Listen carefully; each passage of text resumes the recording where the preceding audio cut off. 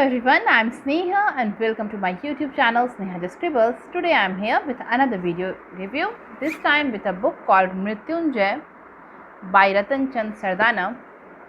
जैसा कि इस किताब की प्रस्तावना में भी कहा गया है और लेखक ने भी बोला है कि ये किताब विभाजन के समय जो हिंदू परिवारों की जो प्रताड़ना थी, जो पीड़ा, जो दंश उन्होंने झेला था, उसकी बात करती है। और मेरी इस किताब से उम्मीद भी यही थी कि उसके बारे में बात करेगी, लेकिन मैंने पाया कि ये सरसरी तौर पे विभाजन के समय की बातें करती ज़रूर हैं, लेकिन जल्दी ही जो ये कहानी चेलाराम पे केंद्रित हो जाती है। चेलाराम जिसका कि पलायन के वक़्त कुछ काफ़िरों ने गला काटने का प्रयास किया था, लेकिन चेलाराम बच गया और उसे मृत्युंजय नाम दिया गया शिविर में। और किस तरह उसकी जीवन यात्रा शुरू हुई, फिर ये कहानी सीधे संघ पे चली जाती है। अभी हाल के दिनों में हमने एक ट्रेंड स्टार्ट हुआ है कि जो संघ है उसको कैसे हम ग्लोरीफाई करते हैं, या फिर उनकी जो त्याग है, जो महत्ता है। ऑफ कोर्स कोई भी संस्था है, उसने बहुत सारा अच्छे काम किए हैं, कुछ गलत काम भी किए हैं,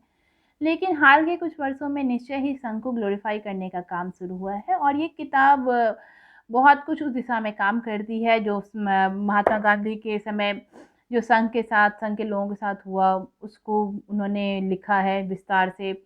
और किस तरह चेलाराम को संघ की सभाओं में जाने की वजह से प्रताड़ना झेलनी पड़ी, वो टॉर्चर का शिकार हुआ। लेकिन इसके बाद फिर वो संघ से जुड़ा रहा, वो आर्य समाज से जुड़ा रहा, और फिर उससे ही उसे प्रसिद्धि भी मिली, सब कुछ मिला, सब सारा सम्मान मिला। तो ये एक तरह से कहानी हम विभाजन पे केंद्रित ना होके विभाजन के बाद की ये कहानी है, जो कि सरसरी तौर पे विभाजन की बात करती तो है, लेकिन ये संघ के ग्लोरिफिकेशन की बात ज़्यादा करती है।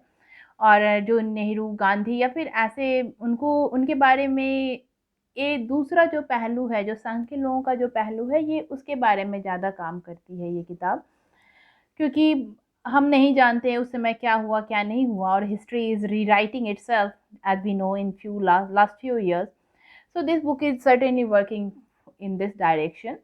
और एक रीडर के तौर पे मुझे किताब अच्छी लगी, क्योंकि मैं हमेशा ये कोशिश करती हूँ कि हमें दोनों पहलुओं की बात पता हो। और एक राइटर को भी लिखते वक़्त न्यूट्रल होना चाहिए, और जो एज़ इट इज़ है उसको वो करना चाहिए। ऐसा नहीं है कि उन्हें एक ही पक्ष की बात रखनी चाहिए। ये मेरा पर्सनल व्यू है, पर्सनल स्टैंड है। मैं ये उम्मीद नहीं करती हूँ कि लेखक मेरी इस बात से एग्री करेंगे। लेकिन ये किताब और अच्छी हो सकती थी अगर ये बस विभाजन पे केंद्रित होती, और विभाजन के समय हिंदुओं ने क्या पीड़ा झेली, बस उतनी की ही बात करती। जैसा कि हमने देखा है, कि पढ़ा इस किताब में, चेलाराम ने अपनी पूरी लाइफ में बस प्रॉब्लम ही प्रॉब्लम उसकी लाइफ में आती गई। उसकी पत्नी उसे छोड़ के चली गई, उसकी माँ चली गई, उसके बच्चे बिछड़ गए, और फिर कैसे बाद में सब वापस आए, उसके बच्चे उससे जुड़े, फिर कैसे उनकी फैमिली कंप्लीट हुई और चेलाराम की ज़िंदगी नॉर्मल हो गई। लेकिन चेलाराम बहुत दिन तक इस सुख को भोग नहीं पाए, और उनकी मृत्यु भी हो जाती है किताब के ख़त्म होते-होते। तो ये एक अच्छी किताब बन पड़ी है। जो राइटर हैं वो निश्चय ही बहुत अनुभवी हैं, और उनकी जो लेखनी है वो काफ़ी सशक्त है। जो एक भी मुझे कहीं भी भाषा की अशुद्धि या कुछ भी नहीं मिली। बहुत अच्छी किताब है। जो कवर है वो भी थोड़ा और अट्रैक्टिव हो सकता था, लेकिन overall it's a good read. मैंने इस किताब को 3/5 स्टार दिए हैं। ये मेरा पर्सनल व्यू है। I am not talking about what others think and all that thing. So अगर आपको ये रिव्यू अच्छी लगी हो तो please like, comment and subscribe my channel. Thank you for watching. Have a nice day.